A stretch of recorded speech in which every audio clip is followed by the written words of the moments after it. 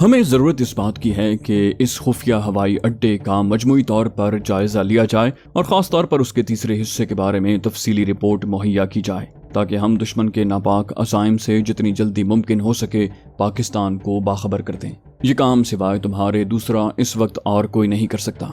अगर तुम चाहो तो जिब्रान को भी अपने साथ इस मिशन पर ले जा सकते हो, लेकिन इतना ख्याल रहे कि जितना ये मिशन भारत के मुसलमानों की सलामती और पाकिस्तान के लिए अहम है, उससे ज़्यादा ये खतरनाक है। तुम्हें भारत के उस हवाई अड्डे की पूरी तफसील मुहैया करनी होगी, लेकिन तुम इस मिशन के लिए अपने आप को तैयार पाते हो। इमरान ने कहा, मैं पाकिस्तान और मुसलमानों की सलामती और इस्तेहकाम के हर मिशन के लिए हर वक्त अपने आप को तैयार रखता हूँ। मुझे ये बताएं कि इस हवाई अड्डे की सही जोग्राफियाई पोजीशन क्या है। सत्तार सेठ कहने लगा, आज रात को मैं तुम्हें एक आदमी से मिलाऊंगा, वो तुम्हें उस हवाई अड्डे की सही पोजीशन समझा देगा। अब ये बताओ कि तुम्हारे ख्याल में तुम्हारे साथ जिब्रान का जाना ठीक रहेगा या तुम अकेले ही इस मिशन पर जाना पसंद करोगे। इस्लाम के बहादुर जर्नैल हजरत खालिद बिन वलीद रज़ियल्लाहु अन्हु की दास्तान सुनने के लिए आप हमारे चैनल सिरात को सब्सक्राइब कीजिए। इंशाल्लाह आपकी दुआएं साथ रहीं तो ये सिलसिला ऐसे ही चलता रहेगा। और हमारी हौसला अफजाई के लिए आप हमारी वीडियो को लाइक और शेयर जरूर कीजिए। कॉमेंट करके बताइए कि आपको हमारी वीडियोज कैसी लगी। इमरान ने कहा, बात यह है कि इस मिशन की नौयत बड़ी हसास और नाजुक है। मेरा ख्याल है कि इसके लिए मुझे अकेले को ही जाना चाहिए। ये दो आदमियों का काम नहीं, दूसरे आदमी से मुख्तलिफ मसाइल पैदा हो सकते हैं। सत्तार सेठ ने कहा, मेरा भी यही ख्याल है। अब ऐसा है कि मैं वापस जा रहा हूँ, तुम रेस्ट हाउस में ही रहना और बाहर मत निकलना, क्योंकि तुम एयरपोर्ट से सीधा यहाँ आए हो और एक गैर मुल्की एयर कंपनी के जहाज में आए हो सकता है एयरपोर्ट से CID का कोई आदमी तुम्हारे पीछे लग गया हो। इमरान ने कहा, मुझे इस हकीकत का एहसास था, चुनाचे मैं सीधा यहाँ नहीं आया हूँ। मैं एयरपोर्ट से टैक्सी लेकर सीधा बम्बई के मेट्रो सिनेमा चला गया था। वहाँ मैंने टैक्सी छोड़ दी। उस वक्त वहाँ मैटिनी शो शुरू होने वाला था। मैं सेकंड क्लास की टिकट लेकर सिनेमा हॉल में जाकर बैठ गया। जैसे ही फिल्म शुरू होने से पहले बत्तियां गुल हुई, मैं चुपके से उठकर हॉल के इमरजेंसी गेट में से बाहर निकला और एक ईरानी होटल में घुस गया। वहां एक कप चाय पी और होटल के दूसरे दरवाजे से निकलकर टैक्सी पकड़ी और यहाँ आ गया। मेरा ख्याल है अगर कोई मेरा पीछा कर भी रहा होगा तो वो अभी तक सिनेमा हॉल के बाहर बैठा मेरे बाहर निकलने का इंतजार कर रहा होगा। इस किस्म की एहतियातें आपको मालूम है कि हमें करनी पड़ती हैं। सत्तार सेठ बोला, ये तुमने बड़ा अच्छा किया, फिर भी मैं चाहता हूँ कि तुम यहाँ कमरे के अंदर ही रहो, बाहर लॉन में भी ना निकलना। मैं रात का अंधेरा होते ही खास आदमी को लेकर यहाँ पहुँच जाऊंगा। अब मैं जाता हूँ। सत्तार सेठ वापस चला गया। इमरान रेस्ट हाउस के कमरे में ही रहा, अखबार और रिसाले वगैरह देखता रहा। कुछ देर टेलीविजन प्रोग्राम देखता रहा। शाम हो गई तो उसने बूढ़े मुसलमान मुलाजिम से कहकर खाना मंगवा कर खा लिया और कमरे की बत्तियां बुझाकर सिर्फ टेबल लैंप रोशन करके सत्तार सेठ का इंतजार करने लगा। रात के पूरे 8:15 बज रहे थे कि सत्तार सेठ अपने खास आदमी को लेकर आ गया। सत्तार सेठ ने उसका इमरान से तारुफ करवाया। उस आदमी ने जेब से पंजाब के भारत का छोटा सा नक्शा निकालकर मेज पर खोल दिया और उस पर एक जगह उंगली रख कर बोला, ये अमृतसर है, ये फिरोजपुर है, इनके दरमियान ये सुर्ख लकीर दरियाए सतलुज है। दरिया के दूसरे किनारे पर इंडिया और पाकिस्तान के बॉर्डर से एक मुनासिब फासले पर, जो 30 से 40 मील भी हो सकता है, भारत ये खुफिया हवाई अड्डा तामीर कर रहा है। इसका रनवे बॉर्डर के साथ साथ तकरीबन 20 मील लंबा है। इस रनवे को 3 हिस्सों में तकसीम किया गया है। पहले हिस्से के रनवे पर ऐसा रंग फेरा गया है जो फजा से देखने पर खेत की तरह लगता है। इसके दोनों जानिब तैयारा शिकन तोपे नस्ब हैं। इसके दूसरे हिस्से के रनवे के गिर्द झाड़ियां हैं और बज़ाहिर ये दिखाने की कोशिश की गई है कि ये हिस्सा बेकार है और यहाँ सिवाय झाड़ियों और घास वगैरह के और कुछ नहीं है। लेकिन इस हिस्से के दोनों जानिब भी तैयारा शिकन तोपे नस्ब हैं और मशीन गन्नों के मोर्चे बने हुए हैं। सबसे आम और पुरस्कार इस रनवे का तीसरा हिस्सा है। इस हिस्से के गिर्द ऊंची खारदार दीवार खड़ी करके इसे महफूज किया गया है और इसके अंदर रनवे जरूर है, मगर वो बाहर से बिल्कुल नजर नहीं आता। हमारी खुफिया रिपोर्ट के मुताबिक भारत यहाँ इंतहाई तेज रफ्तार एटमी वॉरहेड वाले तैयारा शिकन मिसाइल नस्ब कर रहा है। इसके अलावा हमें ये भी इत्तला मिली है कि इस जगह चंद एक मकामात पर बॉर्डर के साथ मोहलक कीमियावी दूरमार मिसाइल भी लगाए जा रहे हैं, जिनका रुख पाकिस्तान के 2 शहरों बहावलपुर और लाहौर की जानिब है। इमरान नक्शे को बड़े गौर से देख रहा था। उसने बाज मकामात को अपने जहन में महफूज कर लिया। ये जहन में नक्श करने वाले मकामात ही थे। इनको किसी नोटबुक पर नोट करना खतरनाक साबित हो सकता था। इमरान ने पूरे के पूरे नक्शे को एक तरह से अपने जहन में उतार लिया। उस खास आदमी ने इमरान से पूछा, क्या तुम कुछ और मालूम करना चाहते हो? इमरान ने कहा, आप मुझे और जो कुछ बता सकते हैं वो भी बता दीजिए। उस आदमी ने कहा, मुझे जो कुछ बताना था वो मैंने बता दिया। इमरान बोला, मैं इसके लिए आपका शुक्रगुजार हूँ। उस आदमी ने नक्शा तह करके जेब में रखा और सत्तार सेठ से कहा, अब मुझे इजाजत दीजिए। सत्तार सेठ ने भी उसे मजीद रुकने के लिए न कहा और वो खास आदमी वहां से रुखसत हो गया। उसके जाने के बाद सत्तार सेठ ने इमरान से पूछा, मेरा ख्याल है तमाम सूरत हाल तुम अच्छी तरह से समझ गए होगे। इमरान ने कहा, ये बताइए कि अमृतसर में अपना कोई ऐसा आदमी है जिसके पास मैं ठहर सकता हूँ? मुझे अमृतसर में लैंड करने के लिए थोड़ी सी जगह की जरूरत है। आप मेरा मकसद समझ गए होंगे। सत्तार सेठ सोचने लगा, फिर बोला, इस बारे में मैं अभी कुछ नहीं कह सकता, मुझे थोड़ी तहकीक करनी होगी। मुझे कल दिन का वक्त दे दो, मैं पंजाब में अपने 2-1 आदमियों से राब्ता पैदा करता हूँ। अगर कुछ हो सका तो मैं बहरहाल कल इसी वक्त रात को आकर तुम्हें बता दूंगा। इमरान ने कहा, ठीक है, मैं कल का दिन भी इसी कमरे में ही रहूंगा। सत्तार सेठ इमरान को कमरे से बाहर न निकलने की खास तौर पर हिदायत करके चला गया।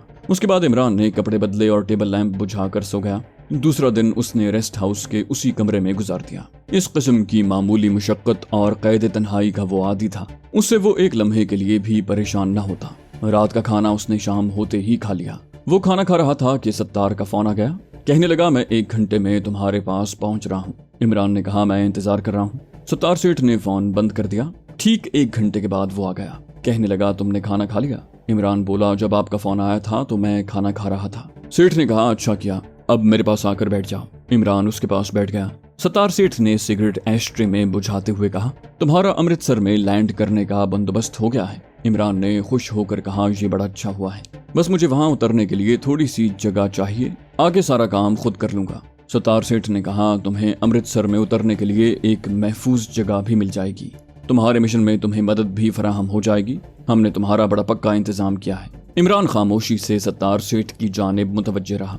वो इमरान की तरफ झुककर कहने लगा, भारत में वैसे तो हर मुसलमान पाकिस्तान की सलामती का ख्वाह है और पाकिस्तान को ताकतवर से ताकतवर देखना चाहता है, क्योंकि पाकिस्तान के ताकतवर होने में ही यहाँ के मुसलमानों की ताकत का राज पोशीदा है। यहाँ भारत में ऐसे सरफरोश मुसलमानों की भी कमी नहीं जो पाकिस्तान की सलामती की खातिर बड़े से बड़ा खतरा भी मोल ले सकते हैं। इनका जज्बा अपनी जगह पर बड़ा काबिल कदर है, लेकिन हमने इनमें से तकरीबन हर बड़े शहर में चंद एक ऐसे आदमियों को चुन रखा है जो सरफरोश होने के साथ साथ ज़हीन भी हैं और राज को छुपा कर रखना चाहते हैं। ये लोग किसी न किसी जगह जरूरत पड़ने पर हमारे काम आते हैं और जो मिशन इनके सुपुर्द किया जाता है इसके लिए बड़ी खामोशी और इंतहाई राजदारी के साथ काम करते हैं। हमारा ऐसा ही एक आदमी अमृतसर शहर में भी है। वो मुसलमान है, लेकिन एक छोटे से मंदिर का हिंदू पुजारी बनकर एक अरसे से अमृतसर शहर में अकेला रह रहा है। उसे हिंदी के अलावा संस्कृत के सैकड़ों श्लोक याद हैं और वो हिंदू धर्म के तमाम नशीब फराज से वाकिफ हो गया है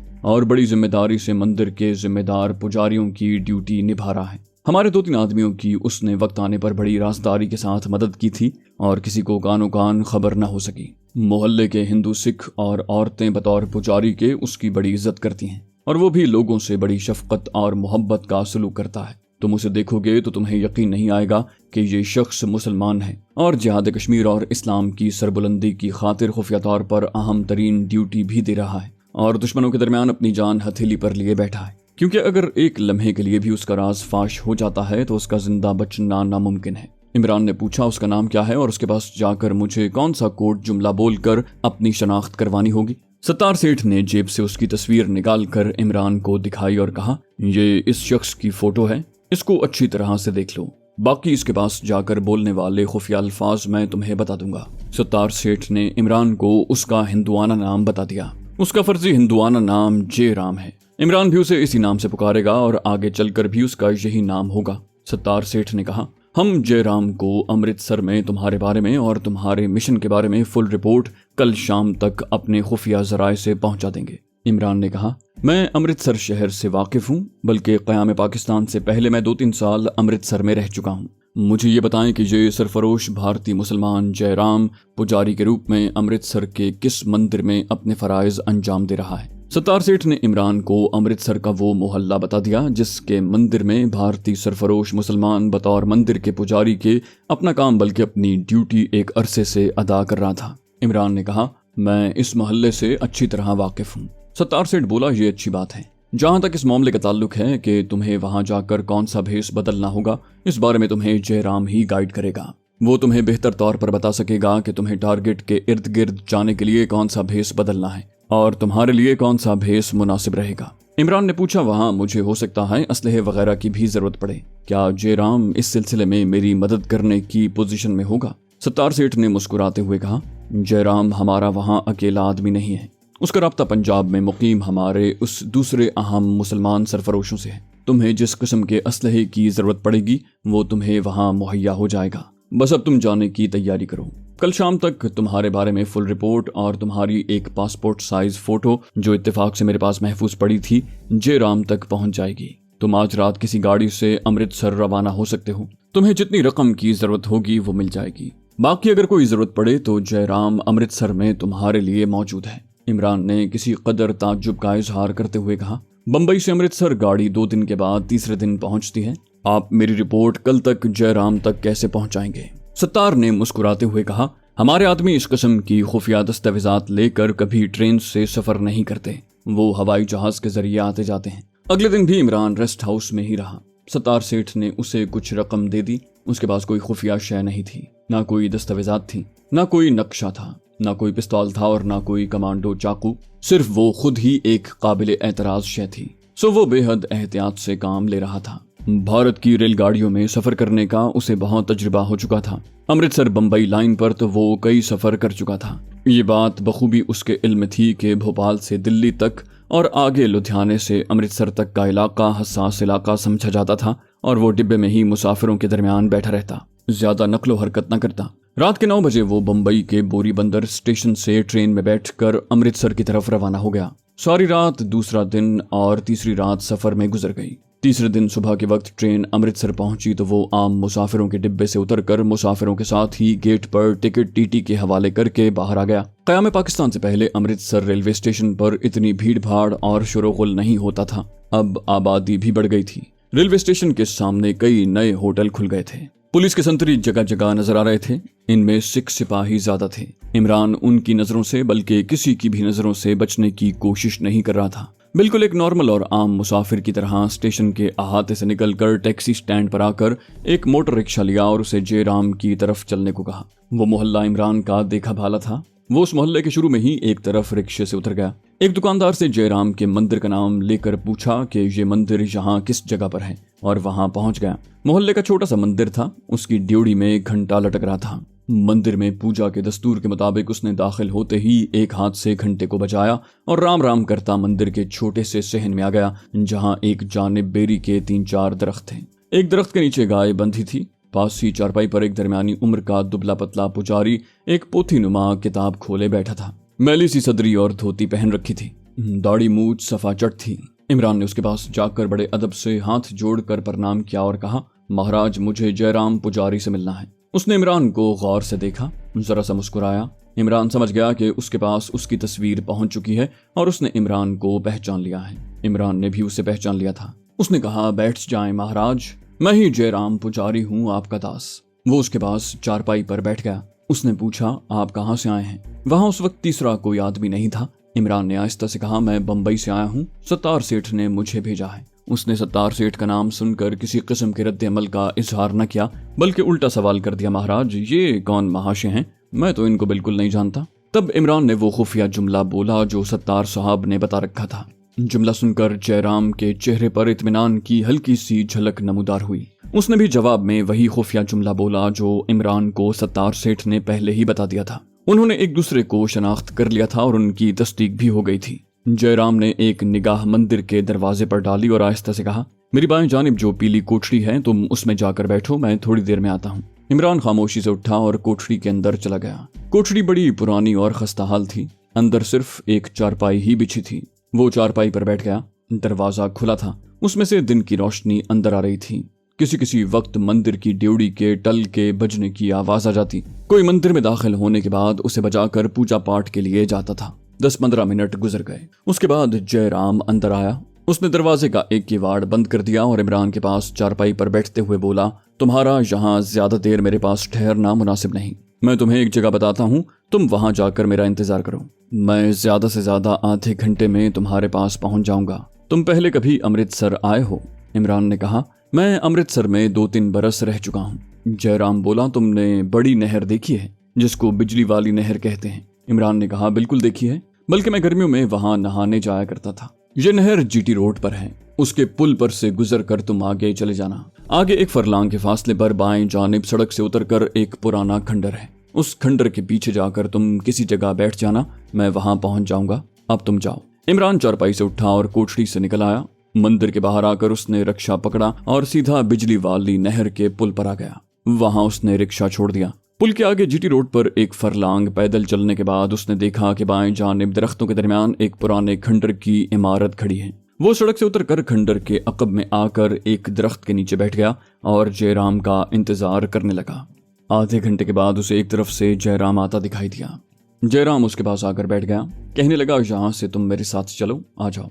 जयराम इमरान को लेकर खेतों खेत एक तरफ को रवाना हो गया। आगे एक आबादी थी, वो आबादी के करीब से होकर निकल गए। उसके बाद वो दोनों किस तरफ से होकर किस तरफ को गए।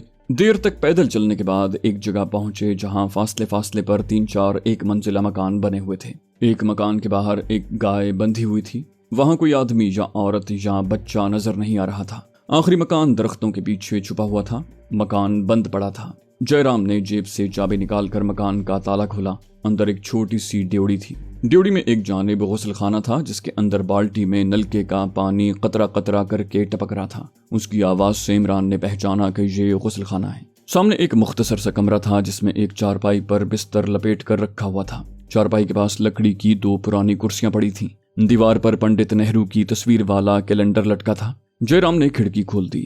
अंदर दिन की रोशनी आने लगी। जयराम चारपाई पर बैठ गया। इमरान उसके सामने कुर्सी पर बैठ गया। जयराम कहने लगा, ये मकान मैंने किराए पर ले रखा है। यहाँ मैं कभी कभी 1-2 दिन आराम करने के लिए आ जाता हूँ। हफ्ते में ज्यादा दिन मैं मंदिर में ही रहता हूँ। मुझे वहाँ ज्यादा वक्त देना पड़ता है। ये जगह शहर से दूर और अलग थलग है। यहाँ हमसाए भी ज्यादा नहीं है। अगर तुमसे कोई पूछे तो कह देना कि मैं जयराम जी का भांजा हूँ, गुरदासपुर से आया हूँ। मैं भी यही बताऊंगा। अपना नाम ओम प्रकाश बताना। मैं भी उन्हें यही बताऊंगा। कहना कि गुरदासपुर में मेरी स्टेशनरी की दुकान है। अमृतसर में अपनी दुकान के लिए कुछ सामान वगैरह खरीदने आया हूँ। बस इससे ज्यादा कोई बात न करना। इमरान ने कहा, यहाँ मुझे अंदाजन कितने दिन तक रहना होगा? जयराम बोला, मुझे तुम्हारे मिशन के सिलसिले में कुछ जरूरी इंतजामात करने हैं। हो सकता है 1 हफ्ता लग जाए। मैं अपना नौकर भेज दूंगा, वो तुम्हारे लिए खाना वगैरह पका दिया करेगा। मैं तुम्हें सुबह सुबह या रात के वक्त आकर मिल जाया करूंगा। रसोई यानी किचन मकान की दूसरी तरफ है। वहाँ आटा चावल घी वगैरह हर चीज मौजूद है। अब मैं वापस जाता हूँ। मंदिर में पहुंचते ही मैं नौकर भेज दूंगा। उसका नाम मुकंदा है। वो पहाड़िया है। हम उसे मुंडू कहकर बुलाते हैं। लड़का सा है। हिंदू तरीके का खाना बनाता है। गोश्त वगैरह बिल्कुल नहीं पकाता। तुम्हें सब्जी ही खानी पड़ेगी। अच्छा, अब मैं चलता हूँ। जयराम चला गया। उसके जाने के बाद लिपटे हुए बिस्तर से टेक लगाकर वो चारपाई पर नीम दराज हो गया और सोचने लगा कि ये सरफरोश जयराम उसके मिशन में ताखीर न कर दे, क्योंकि अभी तक उसने मिशन के बारे में कोई बात नहीं की थी। उसने कहा था कि उसे कुछ जरूरी इंतजामात करने हैं जिनमें 1 हफ्ता लग जाएगा। मालूम नहीं ये किस किस्म के इंतजामात थे। हो सकता है उसने दूसरे सरफरोश जासूसों से राब्ता कायम करना हो सकता है कि उसने इमरान के मिशन के लिए असलहे वगैरह का बंदोबस्त करना हो। जयराम ने इन इंतजामात के बारे में इमरान को कुछ नहीं बताया था। इमरान ने कलाई पर बंधी हुई घड़ी को देखा। उस वक्त दिन के 11:15 बज रहे थे। जयराम का पहाड़िया नौकर 1 घंटे के बाद पहुंच गया। वो 18-19 साल का नौजवान लड़का था। उसने इमरान को हाथ जोड़कर प्रणाम किया और बोला, महाराज मैं सब्जी वगैरह ले आता हूँ। थोड़ी देर में भोजन और फुलके तैयार कर दूंगा। इमरान मकान के अंदर ही बैठा रहा और जयराम का इंतजार करता रहा। तो दोस्तों, ये थी हमारी आज की एपिसोड। उम्मीद करते हैं आपको हमारी कहानी पसंद आई होगी। जाने से पहले इस वीडियो को लाइक कीजिए और शेयर करना मत भूलिए। कमेंट करके हमें बताइए कि आपको हमारी वीडियो कैसी लगी। और अगर अभी तक आपने इस चैनल को सब्सक्राइब नहीं किया तो इसे सब्सक्राइब कीजिए और बेल आइकन दबाकर ऑल नोटिफिकेशंस ऑन कर लीजिए।